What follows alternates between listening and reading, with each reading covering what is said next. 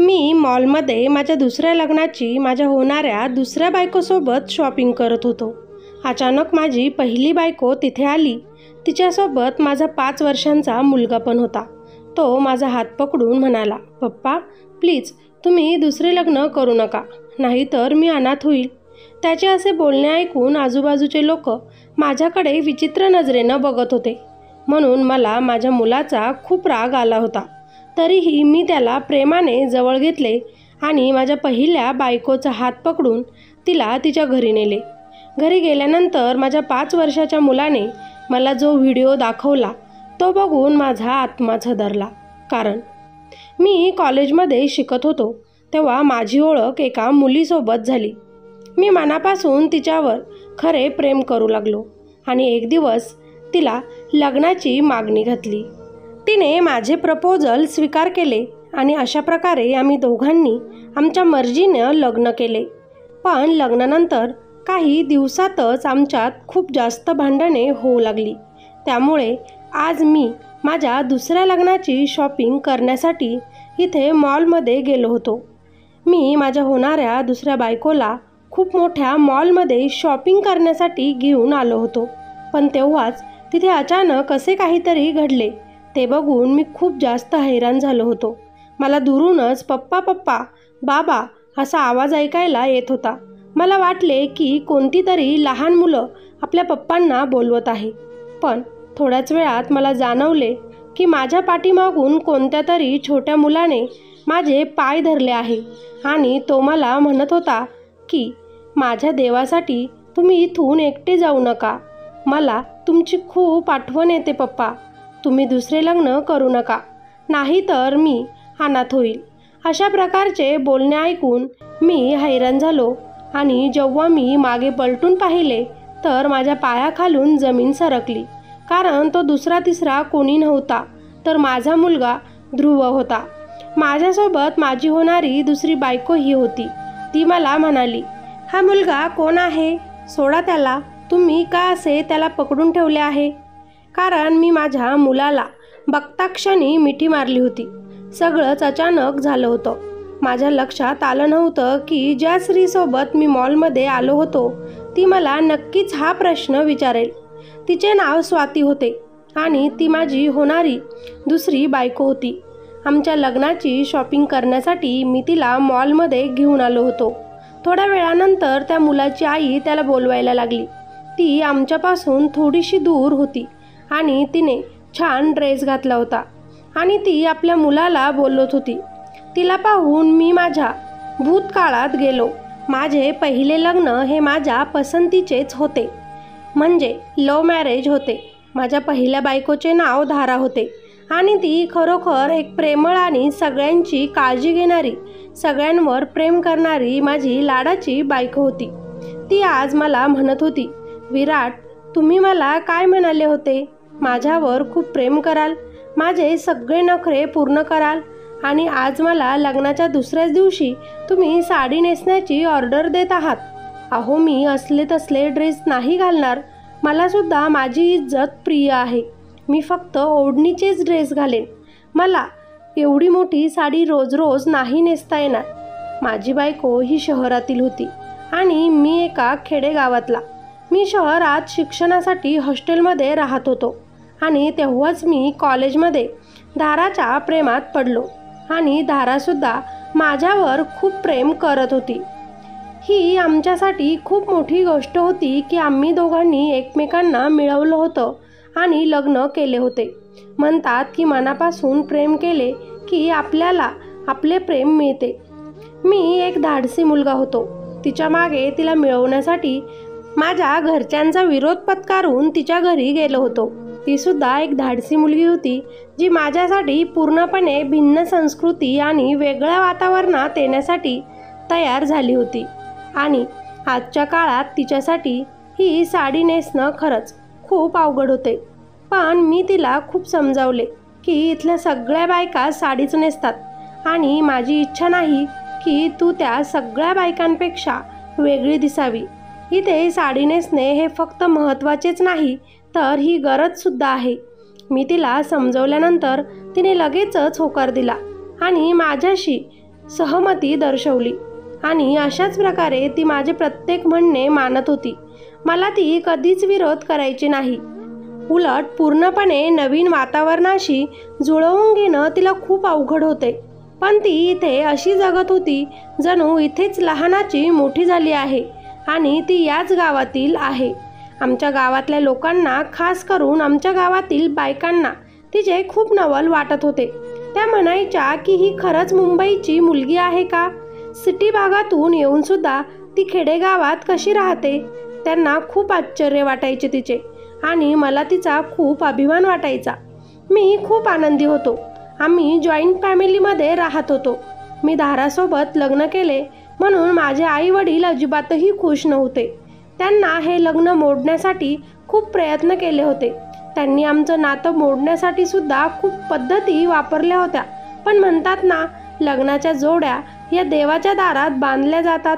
आमच्यासोबतही असेच झाले. आमच्या लग्नासाठी दाराच्या आईवडिलांनी पाठिंबा दिला होता आणि त्यामुळेच आमचे लग्न झाले होते. आमच्या लग्नाच्या पहिल्याच वर्षी आम्हाला एक देवाने सुंदर मुलगा दिला होता. पण हळूहळू आमच्या नवरा बायकोमध्ये भांडणे होऊ लागली होती. आमच्या भांडणांचे कारण आमच्या घरातले सदस्यच होते. संध्याकाळी मी कामावरून घरी गेलो. घरात पाऊल ठेवताच माझी आई माझ्या बायकोबद्दल मला भडकावू लागायची. आज तिने हेच काम नाही केले, आज तिने तेच काम नाही केले, आज तिने तसं नाही केलं. आणि मी जेव्हा आमच्या खोलीत जायचो तेव्हा धारा माझं हसूनच स्वागत करायची. माझ्याजवळ येऊन मला विचारायची की तुमचा दिवस कसा गेला? शेवटी एक दिवस मी तिला म्हणालोच, मला डोळे आहेत. मी जेव्हाही कधी घरी येतो तेव्हा तू आपल्या खोलीतच बसलेली असतेस. मग तू घरातले काम कधी करतेस? आई नेहमी तुझ्याबद्दल मला तक्रार करत असते. हे ऐकून धारा गप्प झाली आणि मला म्हणाली, ठीक आहे, मी माफी मागते. आता तुमच्या कानावर माझ्याबद्दल भविष्यात कोणतीही कधीच तक्रार येणार नाही. खरं तर ती सर्व कामे उरकूनच आमच्या खोलीत बसायची, जेणेकरून ती मला वेळ देऊ शकेल.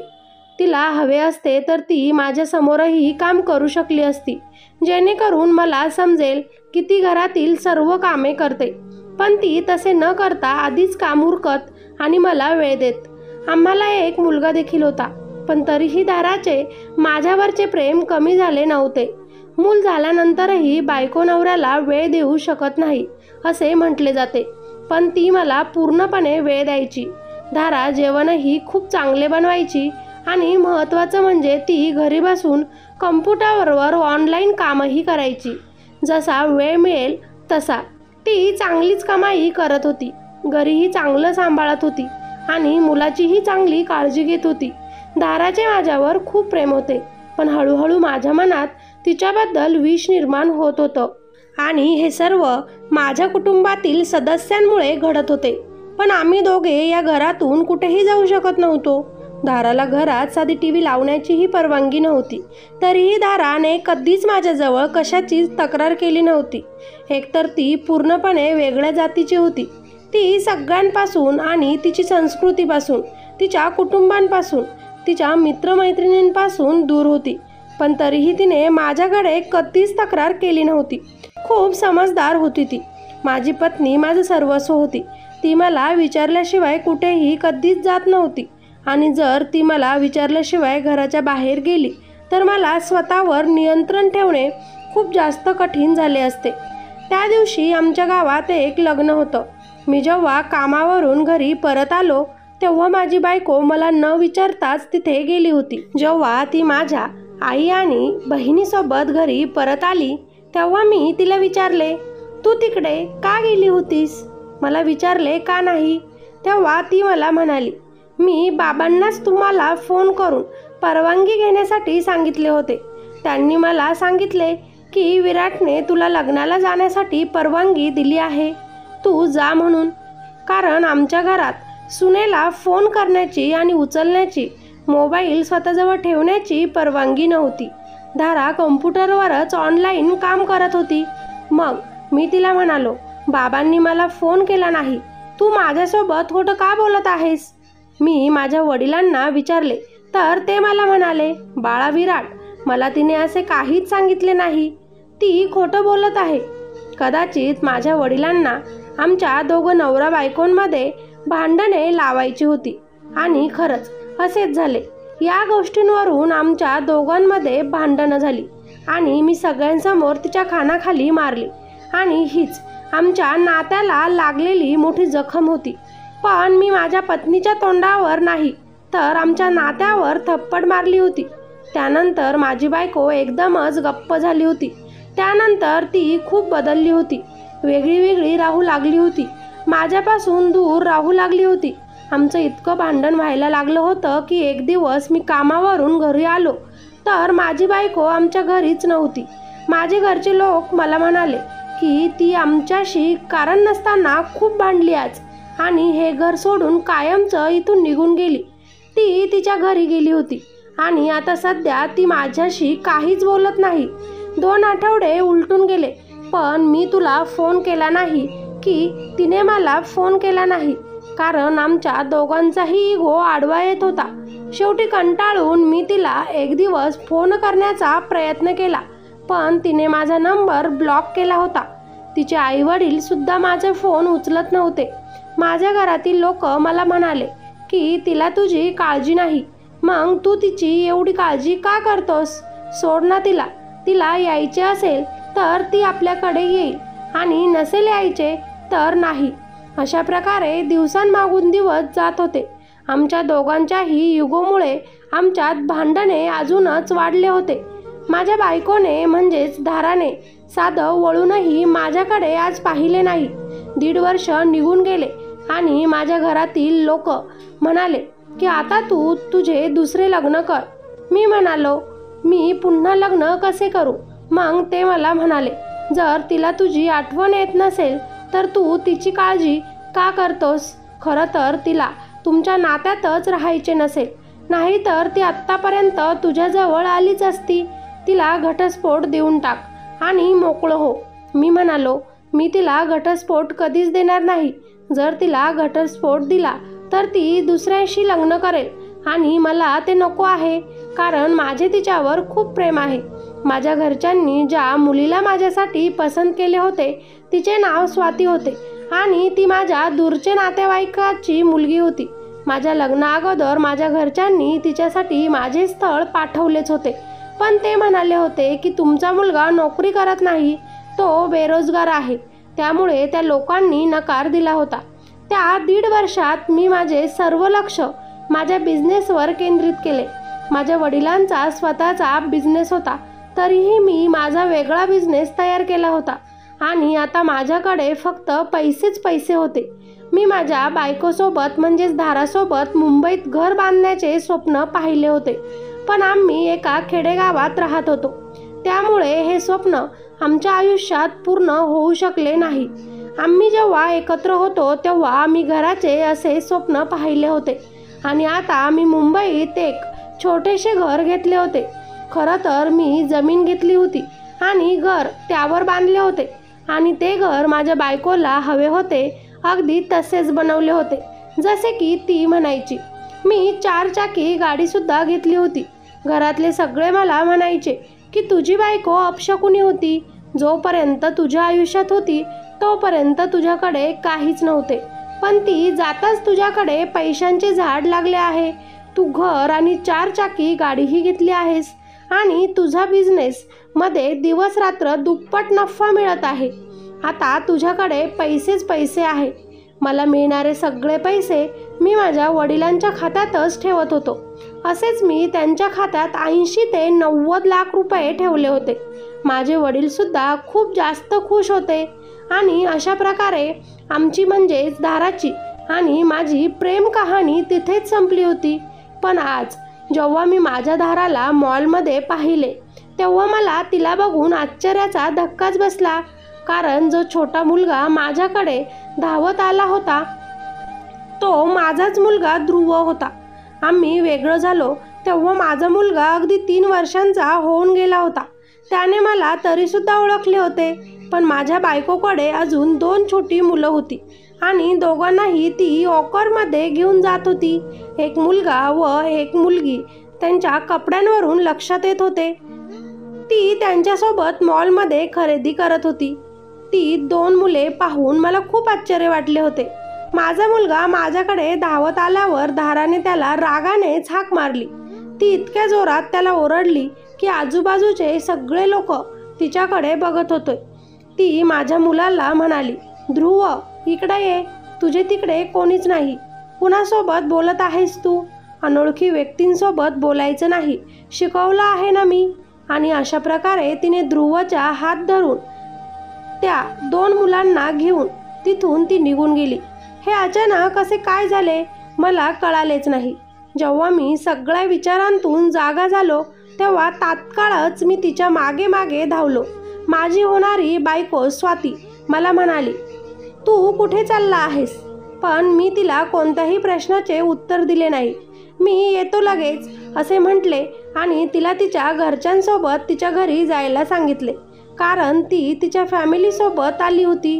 तिची फॅमिली एका बाजूला बसली होती आणि आम्ही दोघेही शॉपिंग करत होतो. तिच्या फॅमिलीतले लोक म्हणाले होते की तुम्ही तुमच्या आवडीनुसार शॉपिंग केली तर खूप बरं होईल. ते लोक खूप मोकळ्या मनाचे होते. स्वाती मुंबईतच शिक्षण घेत होती आणि इथे तिच्या मावशीचे घर होते. ती माझे नातेवाईक असली तरी तिच्या घरचे वातावरण मला कधीच जास्त आवडले नव्हते, कारण हे लोक खूप मोकळ्या मनाचे होते. मी माझ्या बायकोच्या म्हणजेच धाराच्या मागे धावत होतो. तिला माहिती होतं की मी तिच्या मागे येतोय, म्हणून तिने पुढे जाऊन मला लगेचच विचारले की तुम्ही माझा पाठलाग का करत आहात? मी तिला म्हणालो, काय ग, तू मला सोडून निघून गेली होतीस, मी नाही. माझे ऐक तर, लोकांसमोर सीन क्रिएट करू नकोस, लोक बघत आहेत आपल्याकडे. नेहमीप्रमाणे तिने माझे ऐकले आणि ती गप्प झाली. नंतर मी तिच्याबरोबर चालू लागलो. खरं तर तिची चुकी होती, ती मला सोडून निघून गेली होती आणि आता ती स्वतःच मला इतका ॲटिट्यूड दाखवत होती. मी तिला लगेचच म्हणालो, ही जुळी मुलं कुणाची आहेत धारा? ती मला म्हणाली, ही माझीच मुलं आहेत, तुम्हाला काय? मी गप्प बसलो. मला वाटत नाही की तिने दुसरे लग्न केले असेल. मग ही मुलं कुणाची? मी तिला परतच म्हणालो, चल मी तुला घरी सोडतो, माझ्याकडे आता 4 चाकी गाडी आहे.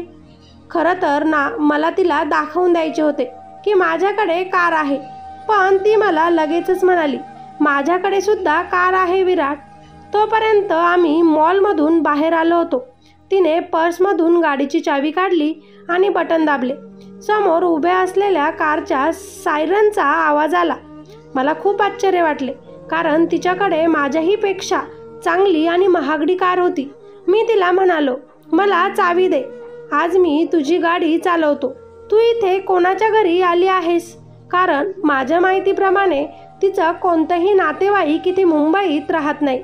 ती मला म्हणाली, मला कोणाच्या घरी येण्याची काय गरज आहे, मी माझ्या स्वतःच्याच घरात राहते.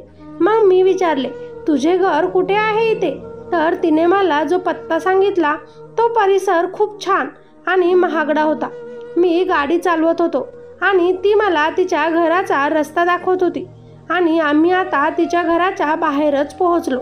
जेव्हा आम्ही गाडीतून खाली उतरलो आणि बाहेरून तिचे घर मी पाहिले तेव्हा मला अजून एक मोठा धक्का बसला, कारण समोरचे घर अतिशय आलिशान होते. मी बांधलेल्या घराहूनही मोठे आणि सुंदर ते घर होते. मी आश्चर्याने तिला म्हणालो, हे तुझे स्वतःचे घर आहे धारा? ती म्हणाली, हो, माझे स्वतःचेच घर आहे. आम्ही दोघेही आतमध्ये शिरलो. मुले गाडीतच झोपली होती, त्यामुळे तिने त्यांना बेडवर झोपवले. मी तिचा हात धरला तर तिने माझा हात झिडकारला. मी तिला म्हणालो, तू माझ्यावर का रागवली होतीस? सॉरी, म्हणजे का रागवली आहेस? तू स्वतःच मला न सांगता माझ्यावर रागवून घर सोडून गेलीस आणि वरतून मलाच आत्ता ॲटिट्यूड दाखवतेस. नक्की तुला झालं तरी काय आहे? तू मला अशी अचानकच का सोडून निघून गेलीस आणि आता मला तू 2 वर्षांनी भेटत आहेस? ही कोणाची मुलं आहेत? पण तिने मला मी विचारलेल्या प्रश्नाचे उत्तर दिले नाही. ती मला म्हणाली, मी तुम्हाला सोडून निघून गेले. मी तुम्हाला खूप वेळा कॉल केले, खूप मेसेज केले, पण तुम्ही मला कोणतेच उत्तर दिले नाही. आणि जेव्हा तुमच्या वडिलांनी मला सांगितले की तुम्हाला माझ्यापासून घटस्फोट घ्यायचा आहे आणि तुम्हाला आता दुसरे लग्न करायचे आहे, मग मी तुमच्याकडे परत कशी येऊ शकत होते? जर तुम्हाला माझ्यासोबत राहायची इच्छाच नव्हती तर? मी तिला म्हणालो, तू खोटं बोलत आहेस. माझ्या वडिलांनी तुला असे काहीच सांगितले नाही. उलट ते तुला फोन करत होते. त्यांना आपल्या दोघांना भेटवायचे होते. ती मला म्हणाली, हे कधी झाले? त्यांनी मला एकदाही फोन केला नाही. उलट तेच खोटे बोलत आहेत. तिचे बोलणे ऐकून मला खूप आश्चर्य वाटलं होतं. सगळंच खोटं वाटत होतं. पण तिने मला मोबाईलवर तिच्या आणि माझ्या वडिलांसोबतचे संभाषणचे रेकॉर्डिंग दाखवले आणि मेसेज आणि व्हिडिओ कॉलचे रेकॉर्डिंगसुद्धा दाखवले, ज्यामध्ये ती माझ्या वडिलांना रोजच सांगायची की प्लीज फक्त एकदा तरी त्यांना माझ्याशी बोलायला सांगा. ते पुन्हा एकदा पप्पा होणार आहेत. तुम्ही पुन्हा एकदा आजी आजोबा होणार आहात. माझ्या पोटात 2 जुळी मुलं आहेत. आत्ताच डॉक्टरने सांगितलं आहे. आता मला आई बाबा तुमची गरज आहे आणि माझ्या नवऱ्याची म्हणजेच विराटची गरज आहे. पण माझे वडील तिला म्हणायचे की आम्ही तुझ्या नवऱ्याला 1000 वेळा सांगितले आहे की तुझ्याशी बोल, पण तो तुझे नावसुद्धा ऐकायला तयार नाही. तुझे नाव काढले तर तो आमच्यावरच रागवतो आणि म्हणतो की मला तिच्यासोबत आता राहायचे नाही. मला घटस्फोट घ्यायचा आहे आणि दुसरे लग्न करायचे आहे. हे सगळं ऐकून मला खूप आश्चर्य वाटले होते की माझे वडील माझ्या पाठीमागे माझा संसार उद्ध्वस्त करत आहेत. माझी आईसुद्धा त्यांच्यासोबत मिळालेली होती आणि दुसरीकडे मला ते सांगायचे की तुझी बायको कुठे गेली आहे आम्हाला काहीच माहिती नाही. तुझी बायको आमच्यासोबत भांडून गेली आहे आणि तुला घटस्फोट द्यायला सांगितलं आहे. मला खूप वाईट वाटत होते की माझ्या जन्मदात्या आईवडिलांनी माझा संसार असा उद्ध्वस्त केला होता. धाराने माझ्या वडिलांना सर्व काही सांगितले होते की ती आई होणार आहे, तिला जुळी मुलं होणार आहेत. तरीही त्यांनी माझ्यापासून सगळं काही लपवलं होतं. धाराची डिलेव्हरी झाली तेव्हाही तिने दोन्ही बाळांचा व्हिडिओ माझ्या वडिलांना पाठवला होता. तिला वाटत होते की त्यांनी जर बाळाचा व्हिडिओ मला दाखवला तर माझं मन पाघळेल आणि मी धाराला आणि माझ्या मुलांना घ्यायला येईल. पण माझ्या वडिलांनी आजपर्यंत मला असा कोणताही फोटो किंवा कोणताही व्हिडिओ दाखवलाच नव्हता. त्यांनी मला हे देखील सांगितले नाही की जेव्हा धारा माझे घर सोडून निघून गेली तेव्हा ती गरोदर होती. माझ्या मुलांची परत एकदा आई होणार होती आणि ही 2 जुळी मुलं माझीच होती. त्यांना पाहून मला खूप आनंद झाला होता. माझा आनंद गगनात मावत नव्हता. मी त्यांना पटकनच मिठी मारली आणि रडू लागलो. पण माझी बायको धारा मला म्हणाली, आता तुम्ही हे नाटक का करत आहात विराट? तुम्ही तर आता दुसरे लग्न करत आहात ना? मी म्हणालो, नाही, मी लग्न करणार नाही. मी कधीच दुसरे लग्न करणार नाही आणि करणार सुद्धा नव्हतो. तू माझी लग्नाची बायको आहेस. ही माझी मुलं आहेत, माझं पूर्ण कुटुंब आहे. माझी खूप मोठी फसवणूक झाली आहे धारा, आणि ती फसवणूक माझ्या जन्मदात्या आईवडिलांनी केली आहे. मी माझ्या बायकोला म्हणजेच धाराला सगळं काही समजावून सांगितलं आणि नेहमीप्रमाणे तिला माझे म्हणणे पटले, कारण तिलाही समजले की आम्हाला दूर करण्याचा प्रयत्न झालाय. पण तिने मला प्रश्न विचारला की आता तुम्ही काय करणार आहात? तुम्ही मला सपोर्ट करणार की तुमच्या आईवडिलांना? कारण मी परत तुमच्यासोबत त्या घरी येणार नाही. मी त्या घरात आता राहू शकत नाही. मी स्वतः आता इतकं करते की माझ्या मुलांचं आणि स्वतःचा सांभाळ करू शकेल. मी तिला म्हणालो, धारा, असे बोलू नकोस. तुझ्याशिवाय मी अपूर्ण आहे. तुला त्या घरी येण्याची गरजच नाही, कारण या शहरात, या मुंबईत मी स्वतःचे घर बांधले आहे ग. तुला जसे हवे होते अगदी तसेच मी घर बांधले आहे. आपण जी घराची स्वप्ने पाहिली होती ती मी पूर्ण केली आहेत. हो, पण ते घर तुझ्या घरा एवढे मोठे नाही, पण तरीही ठीक आहे. तुला नक्की आवडेल. आपण दोघे आणि आपली 3ही मुलं इथून पुढे आता तिथेच राहू. मी सर्व काही ठीक करेन. फक्त माझ्यावर परत एकदा तू विश्वास ठेव. तू मला माफ केले आहे ना? सांग ना, मग येशील का माझ्याबरोबर आपल्या त्या नवीन घरात? तिने माझ्याकडे न बघताच होकारार्थी मान हलवली. पहिले मला असे वाटत होते की संपूर्ण जग माझ्यावर रागवले आहे, पण आज असे वाटत आहे की संपूर्ण जग पुन्हा एकदा माझ्याशी एकमत झाले आहे. मी तिला म्हणालो, मला थोडा वेळ दे. मी परत तुला आणि आपल्या मुलांना घ्यायला येईल. एक चान्स मला दे. शेवटचा विश्वास माझ्यावर ठेव. तिने प्रेमाने मला मिठी मारली आणि मला म्हणाली, मी आपल्या प्रेमासाठी व मुलांसाठी आपल्या नात्याला एक चान्स द्यायला तयार आहे. मी खुश झालो. तिच्या कपाळाची पापी घेतली आणि मी तिथून माझ्या घरी गेलो. मी जेव्हा घरी गेलो तेव्हा स्वाती आणि तिचे कुटुंब आधीच तिथे उपस्थित होते. माझ्या हातात एक मोठी पिशवी होती जी मी गेल्याबरोबर स्वातीसमोर ठेवली. तिची आई खूपच लोभी होती. जेव्हा माझ्याकडे नोकरी नव्हती आणि चांगली कमाई नव्हती तेव्हा त्यांनी मला सुरुवातीला नकार दिला होता लग्नासाठी. पण जेव्हापासून मी स्वतःचा बिझनेस टाकला आहे आणि स्वतःच्या हिमतीवर घर गाडी घेतली आहे तेव्हा ते त्यांच्या कुमारी मुलीचे लग्न माझ्याशी लावायलाही तयार झाले होते. त्यांना माहिती होते की माझे लग्न झाले आहे आधी आणि मी 3 मुलांचा बापसुद्धा आहे. तरीही ते त्यांच्या मुलीचा हात माझ्या हातात द्यायला तयार होते. मी पिशवीमधल्या सर्व गोष्टी दाखवू लागलो, ज्यामध्ये महागातल्या साड्या होत्या, ड्रेस होते, सोन्याचे सेट होते आणि अजून बाकीचे खूप सामान होते. स्वातीची आई मला म्हणाली, हे सर्व कशासाठी आणले आहे आणि कुणासाठी?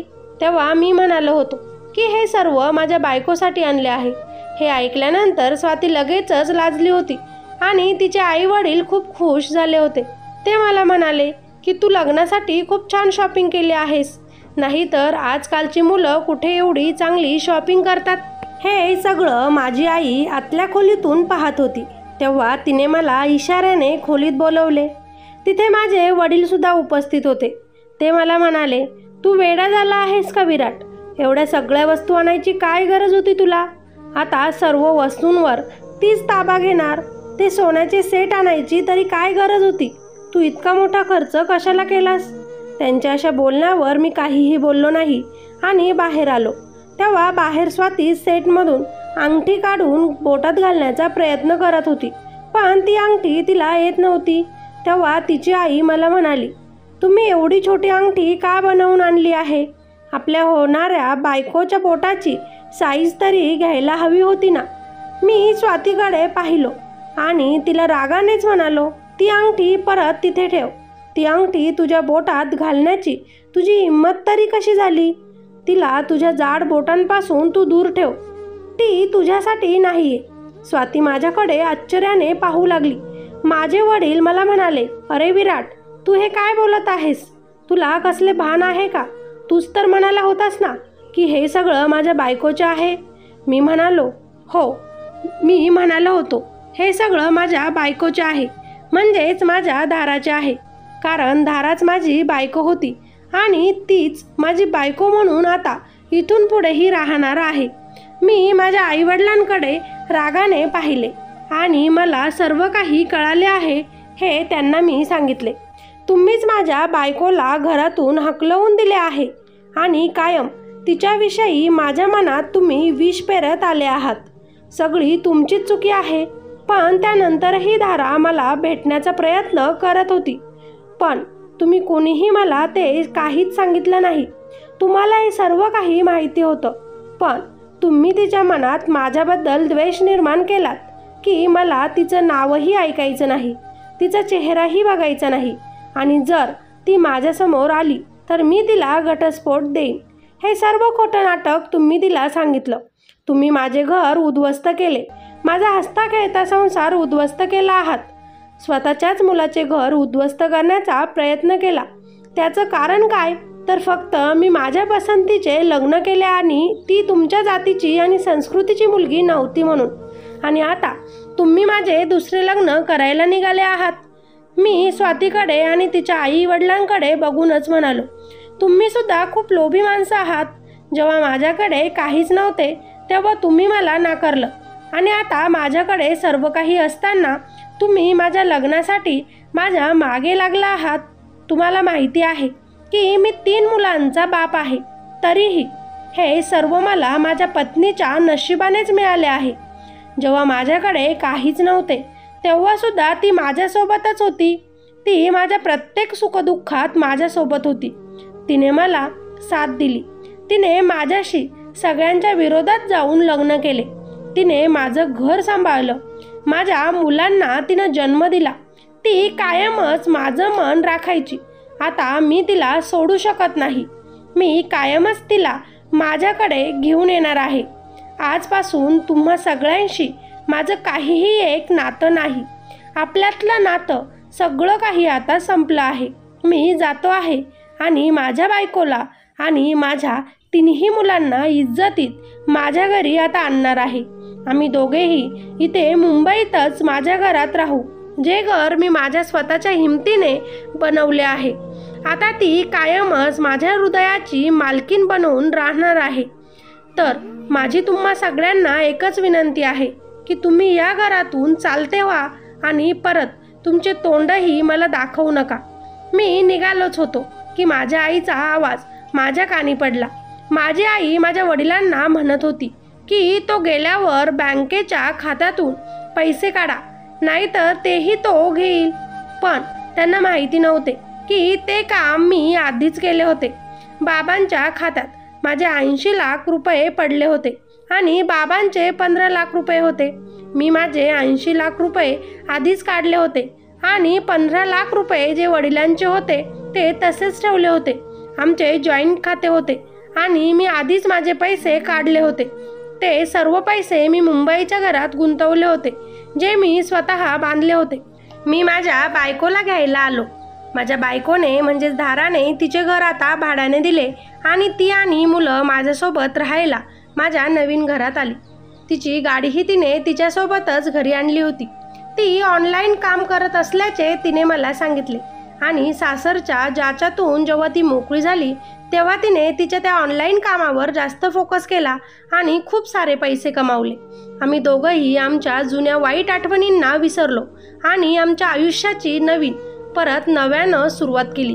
मला 2 मुलं आणि 1 लाडकी मुलगी आणि आता माझे संपूर्ण जग माझी पत्नीच आहे. तिने मला कधीच सोडले नव्हते. माझ्या कुटुंबियांनी तिला घराबाहेर काढले होते आणि मला सांगितले होते की ती स्वतःचं ते घर सोडून इथून निघून गेली होती. जर नवरा बायकोमध्ये गैरसमज निर्माण करणारे कोणी असेल तर ते नाते टिकत नाही. पण देवाला मनापासून धन्यवाद, कारण आम्ही दोघे पुन्हा आता भेटलो आणि आता आमचं प्रेम पूर्वीपेक्षाही जास्त वाढले आहे. अर्थातच नवरा बायकोने एकमेकांना साथ दिली, छोट्या छोट्या गोष्टी विसरून गैरसमज दूर केले तर हे जग खूप सुंदर बनते आणि जगण्यात आणखीन आनंद मिळतो. ती मजा काही वेगळीच असते आणि आपण आपल्या मुलांसोबत सगळा आनंद शेअर केला पाहिजे, ज्याचे ते पात्र आहेत. आता मी माझी मुले आणि माझ्या पत्नीशिवाय कोणाचेच काहीच ऐकत नाही. मी माझ्या आईवडिलांना दर महिन्याला पैसे पाठवत असतो, पण आता मी त्यांच्या बोलण्यात कधीच गुंतत नाही. आता माझ्या आईवडिलांना कळून चुकले होते की मी त्यांच्या बोलण्यात कधीच गुंतणार नाही. त्यामुळे त्यांनीही माझ्या बायकोबद्दल मला भडकवण्याचे बंद केले होते आणि अशा प्रकारे त्यांना पैसे पाठवून मी माझे कर्तव्य पूर्ण करत राहणार आहे. पण त्यांच्याबद्दल माझ्या मनात ते स्थान राहणार नाही जे पहिले होते. मित्र आणि मैत्रिणींनो, या गोष्टीचे तात्पर्य कुणी तिसऱ्या व्यक्तीचे ऐकून आपल्या बायकोसोबत वाईट व्यवहार करू नये. खरं तर नवरा बायकोंमध्ये दुसऱ्या कुणाला येऊच देऊ नये, तेव्हाच संसार टिकतो. आईवडिलांचे ऐकून बायकोला त्रास देणं अजिबात योग्य नाही. कुठेतरी बायकोचे पण ऐकून घ्यावे, बायकोला समजून घ्यावे, कारण तीच आपल्या शेवटपर्यंत आपल्याला साथ देते, सुखदुःखात उभी राहते. तुम्हाला ही स्टोरी आवडली असेल तर स्टोरीला लाईक नक्की करा. आणि हो, आज चॅनलवर पहिल्यांदा स्टोरी ऐकत असाल तर आपल्या ह्या चॅनलला सबस्क्राईब करायला अजिबात विसरू नका. आणि हो, कमेंट करून नक्कीच सांगा तुम्हाला आमच्या KGF स्टोरीज म्हणजेच कथा गोष्टी फील्डवरील कथा आवडतात का? मला नक्कीच सांगा. चला तर मग भेटूया अशाच एका नवीन आणि इंटरेस्टिंग व्हिडिओमध्ये. तोपर्यंत धन्यवाद.